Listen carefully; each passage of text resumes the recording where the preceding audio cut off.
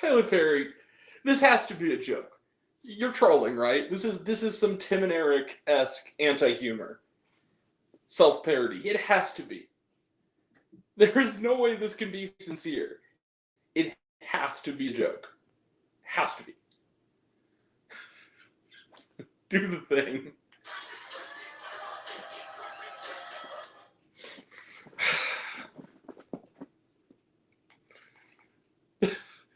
Where do I start with this? Hey everyone, it's me, Grant, the movie and TV guy. We've been raised on Popcorn with Grant, everybody. And today we are talking about a movie. Movies and TV is what we do here, and I call it the Angry Grant Show, but I'm not angry, I'm gleeful about this. How do I review this movie without looking like an asshole? Well, we'll see. So yeah, this is the movie. Movies and TV is what we do here. And that movie is, spoiler alert by the way, Tyler Perry's Divorce in the Black. This doesn't make any goddamn sense. Tyler Perry's Divorce in the Black is written and directed and produced by Tyler Perry. Of course it is. This is his latest non-Medea bad drama, and the reason this video has come together so quickly is that I really wasn't going to I didn't know this was even coming out. I was sent the trailer by somebody, and a combination of that and the fact that this movie is currently sitting, last time I checked, at a 0% on Rotten Tomatoes, I kind of had to watch this, and oh Jesus. Oh, thank you, Jesus, for this gift. I'm so glad I did. So, Divorce in the Black, spoiler alert, is about a very, very, very, very, very, very, very stupid lead character played in, I'll give it to her, a genuine effort of a performance by Megan Good, who can actually be decent in movies. It's not, like, impossible. She is this woman who is married to an actual monster, played by Corey Hardick, who gives one of the best bad performances I've seen outside of Tommy Wiseau. He is Atlas, and you know he is, or is his name Atlas? Is that his name? It was hard, sometimes it was hard to make out what his name was. If it was Atlas or Attila or whatever. Dallas, that's what it was, Dallas, okay. Not Atlas, Dallas. So Dallas is an abusive bastard. And by abusive bastard, I mean, it's not the kind of thing where it's like, oh, microaggressions that lead to aggressions. I'm talking about, like, honey, how was your day? Bitch, I thought you already made dinner. That kind of aggression. They're in a marriage that is clearly loveless. Her friends know it. Her parents sort of know it. And he, at the spur of a moment, because of her friend standing up for her, says, bitch, I'm so tired of this, I'm getting a divorce. And doesn't seem to understand what divorce is because after the papers are signed, she reconnects with a childhood love. And then he goes fucking crazy and starts sitting outside of her work, stalking her, having people look into what she's doing, sitting in her house the morning after she goes to Pound Town with her childhood sweetheart, nonchalantly eating a bowl of cereal and asking her what she's been up to. Like, this guy is persistent, and then eventually gets physical. And through all of this, her friends are offering her solutions. A restraining order, whatever. And her every response is, oh, you know, he's calmed down now. It's going to be okay now. It's like, girl, you need to do right by yourself. Do you want to get hurt? Is this some kind of thing for you? Why are you not standing up for yourself? Why are you not protecting yourself? Like, I understand that the cycle of abuse and gaslighting, it creates that kind of mentality. But come on, this is absurd. The way that it's portrayed in this movie is absurd. This guy is so bad.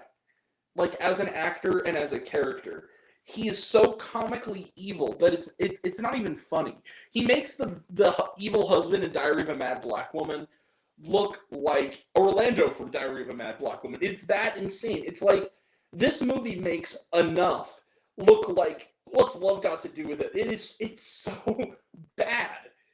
In its portrayal of domestic abuse, it is so shoddily written, shoddily acted, shoddily directed, that it's hilarious. And I know domestic abuse, there's nothing funny about abuse in a relationship at all. There is nothing funny about it. I've been there. I've dealt with gaslighting behavior. I've dealt with negative people and abusive people. There's nothing funny about that. The subject is not what's funny about this movie. It's everything else about it. The way this movie is put together, it's structured. The first scene of this movie is also the evil husband has also an evil family and an evil mother who is just kind of crazy. But it's the funeral of his brother who... What's weird is that in this moment, I actually kind of was on the other woman's side. Her father is like a pastor, and they're in church, and she's talking about... They're at the funeral, rather, of the husband's brother, who apparently raped and killed somebody, and apparently has been known to cause trouble and commit crimes, which that's stereotyping. But here's the thing where I'm kind of on the side of the mother. She lashes out at the pastor, and to a certain extent, his wife and daughter for the behavior. But to be fair to this woman, as comically evil as she is, he basically implies her son is hellbound at his own funeral in front of his grieving mother. Like, that's not... You don't basically say that a person is... Even if somebody did do evil shit, it's really not a good look to talk about all the bad stuff he did and at the man's funeral in front of his grieving mother. That's just not... It's ill-advised. But after that, this family, they're basically like a crime family. It's kind of insane how... And there's like this one lone... I think it's his brother. They kind of... I think they don't really make it clear if that's his brother or not, but who's married to her friend, who is sort of the one who kind of calms it, who's kind of the nice, calm, collected one, and of course, you know, he's also not very bright. Her friend, on the other hand, there's a scene in this movie where he's sitting outside the bank, he kind of goes in and confronts Megan Good's character. And her friend, who works at this bank, says something to the extent of he says, "Bitch, do you want to lose your job?" Which, like, he has that kind of power. But secondly, her response is, N-word. I don't care about my... Like, I don't give two fucks about my job. Get the fuck out of here. And it's like, you're saying this in the lobby of the bank you work at. What is this movie? It is so over the top. This character goes from leaving before the woman gets... his wife gets ready to go to a dinner, to, like, trying to freaking kill her and her friends in, like, no time flat. This movie is just fucking hilarious.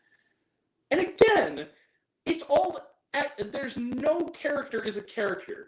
No, everybody is an absolute. There's not a single character in this movie that is a human fucking being.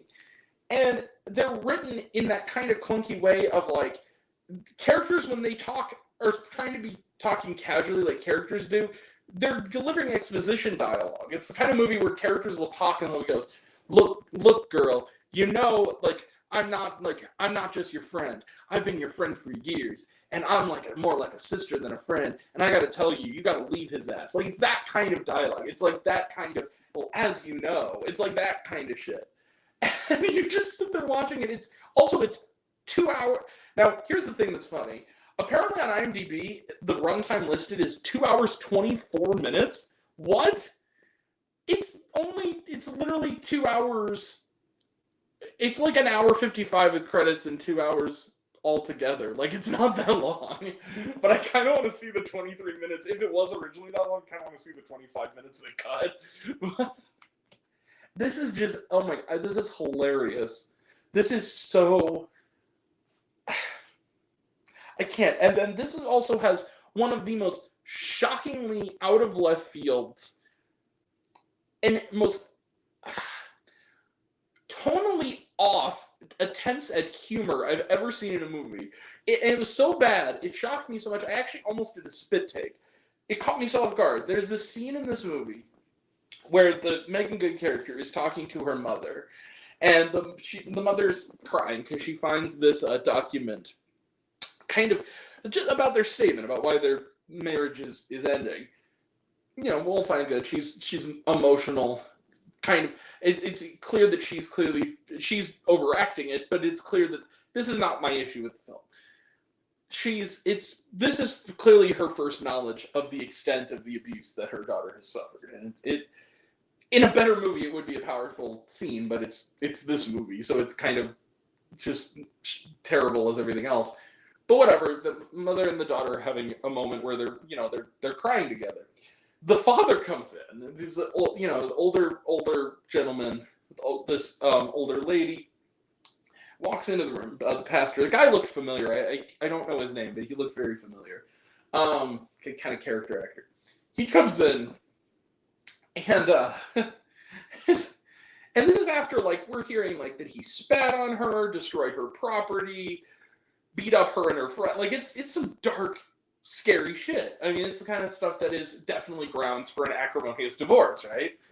Dad comes in, looks at them hugging and crying and having a moment. He comes in and goes, why are you crying? And the mom said, oh, we're just on our periods. And and then he looked at her with this kind of smirk and goes, you are on your period? And she goes, ha ha, very funny. Next scene. And I'm just like, out loud I went, what? What the fuck, Tyler Perry? No! Don't do that! What the fuck is this movie? This is a movie I'm telling you, and I know the subject matter is not funny, but something about how Tyler Perry does it, even by Tyler Perry standards, this movie is kind of amazing as a so bad it's good movie. This is going to be fodder for bad movie roasts for years to come. I'm telling you, this has to be one of those movies like The Room, where people will watch it masochistically to laugh. It's that kind of movie. And here's the other thing. I respect Tyler Perry. He seems like a very nice guy, and some of his movies I've even quite enjoyed. This movie is... They unironically say lines in here that were used as satirical punchlines in American fiction. They use it unironically and earnestly. And what's even funnier is that because this is an Amazon movie, it's released by MGM, who also released American Fiction. Tyler Perry. This movie is... And then by the end of it, when it becomes a Lifetime thriller where people are getting shot this way and that, and there's, beat downs in the kitchen, it just gets so ridiculous. It's so over the top. And then the ending kind of sequel baits that his evil family's gonna come for revenge. It's what the fuck? Please make a sequel to this. I want Divorce in the Black 2. Divorce 2 in the Black. This movie needs to have a sequel. I loved this movie. It's terrible, but I kind of loved it. Guys, I'm going to give Tyler Perry's Divorce in the Black. Objectively, this is a 0-star movie. I'm not going to give it 0 stars because I just had such a good time. So I'm going to give it something I only give to movies that are so bad it's good. I'm going to give this movie 1 star. This is one of those bad movies that it's so bad you have to see it. It's one of those movies where I'm actually recommending it. It's so bad that I feel like you need to see it to believe it. So yeah, Tyler Perry's Divorce in the Black, 1 star. Let's close the book on it. There's a lot more to talk about too. I did barely scratch the surface, but we'd be here all night. We'd be here longer than the movie is. So we'd have to break down every scene. So let me put it to you this way. I don't think this is the last we're going to talk about this on my channel. I know for a fact we are. But down the line on the second channel, me and some other guys will do a bad movie roast of this down the line, like a watch along, because we have to. We have to do that for this movie. It deserves it. Anyway, yeah, Tyler Perry's Divorce in the Black, which also doesn't make any sense. There's one line in the movie where I know it's supposed to be kind of a double entendre, like a divorce in the black, like, okay, cute. But there's like one kind of offhanded line about how when this divorce is when this divorce is done, I want to be in the black, not just financially but emotionally, and that's the reason for the title. It's like, okay, that's what screenwriting is. Look, I kind of love this movie. Anyway, 1 star for Tyler, but a very, very joyful, masochistic thumbs up. 1 star. Like, this isn't so bad. I think you should watch it. Anyway, yeah, 1 star. Close the book on it. Trailer Trash None. Watch it on Prime. Was there shawarma? No, there was not. But there was kind of this insane song at the end of it. It's like, I'm gonna be free from that. Like, oh my god, come on. You haven't earned this movie. Yeah, this isn't empowering either. That's the other thing, is that the portrayal of women in these movies is still kind of unforgivable. Like, that's another thing that Tyler Perry does not know how to do very well, I think, is write, women with, like, real substance and not just victims of horrible, horrible abuse. Like, it's such a throwaway kind of portrayal. It's kind of egregious. Anyway, but yeah, so yeah, that's it. We'll be back tomorrow night. Me and Luke Ponto, speaking of bad movies, we will be roasting the worst films of 2024 so far. It's the second part of the midterm report. Next week we'll have reviews of AMC Screen Unseen, which I don't know what it is yet. I think it's either going to be Dee Dee or The Fabulous Four, one of those two. I kind of hope it's Dee Dee because I kind of really want to see that movie. Tuesday is Oasis Supersonic, and Wednesday is Twisters, and we got more to come.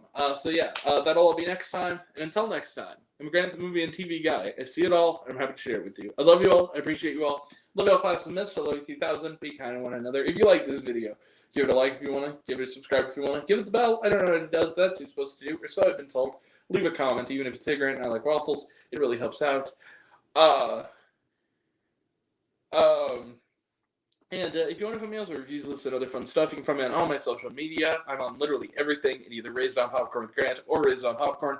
Take care of yourself. Take care of your mental health. It's incredibly important. And I want to know down below, what did you think of Tyler Perry's Divorce in the Black? Did you like the movie? Did you hate the movie? Think my opinion's good? Think I'm full of shit? Comment below. Let me know. And until we meet again, we are all Raised on Popcorn. Make mine with extra butter. I'll catch you guys next time. Take care, everyone. See you around. Bye.